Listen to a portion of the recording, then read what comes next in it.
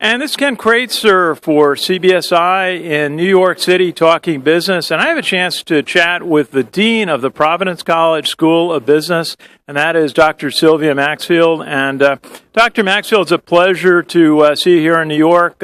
You've got an extraordinary background from your college days at Cornell and your Ph.D. from Harvard. Tell us a little bit about your career and some of the areas of research, some of the projects that you've worked on.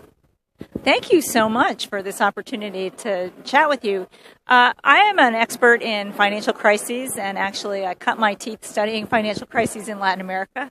So a lot of my interest today has to do with what have I learned and gathered from studying financial crises in third world countries that might be relevant to the situation in the U.S. and Europe and potential for financial crises in countries that we thought would never have financial crises.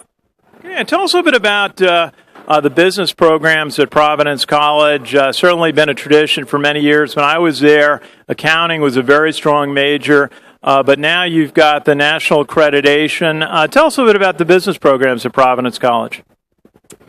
We have 4 majors at the undergraduate. We have about 1,300 kids majoring in marketing, management, finance, or accountancy, and we have about 200 MBAs taking what we call a general MBA. So they're not specializing, but they're getting a general MBA education. Those are all strong programs. Our accountancy kids are fought over by the big 4 accounting firms, and we have a growing number of finance majors. And one of the reasons I'm down here in New York is I'm opening doors and presenting the quality of our graduates to the financial services firms here who hire them as interns and who bring them on in full-time positions as well. Absolutely, and certainly in a region like Rhode Island. It's had some economic up and downs over the years. What is some of the value of having a strong business school in a regional economy like Rhode Island? So you asked me earlier about my background, and I talked about financial crises. I tend to see things from a big picture perspective, and I've always studied financial markets and institutions, from the side of society, from the side of politics.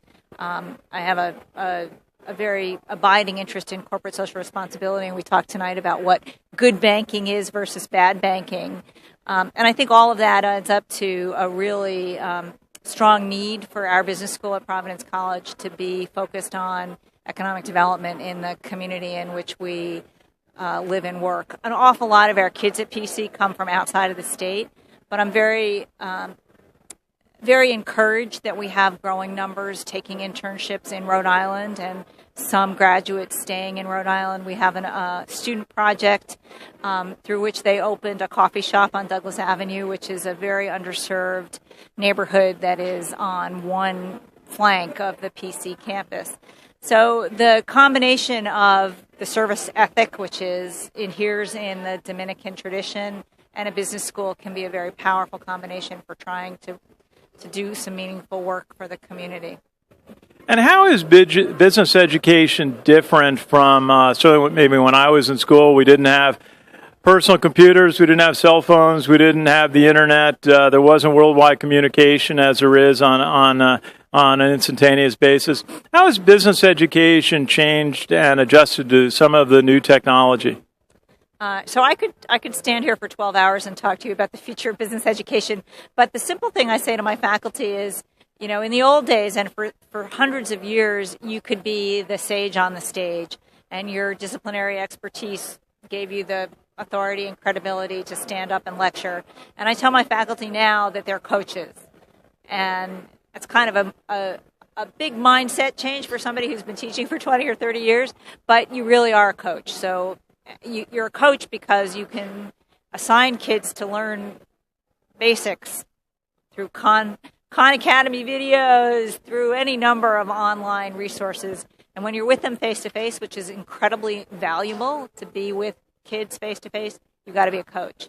And that really requires a dramatic change in how we think about education. Okay.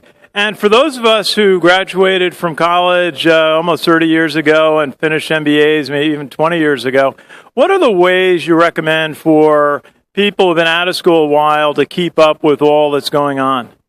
Sit down and make a list of things you're interested in that you want to keep up on.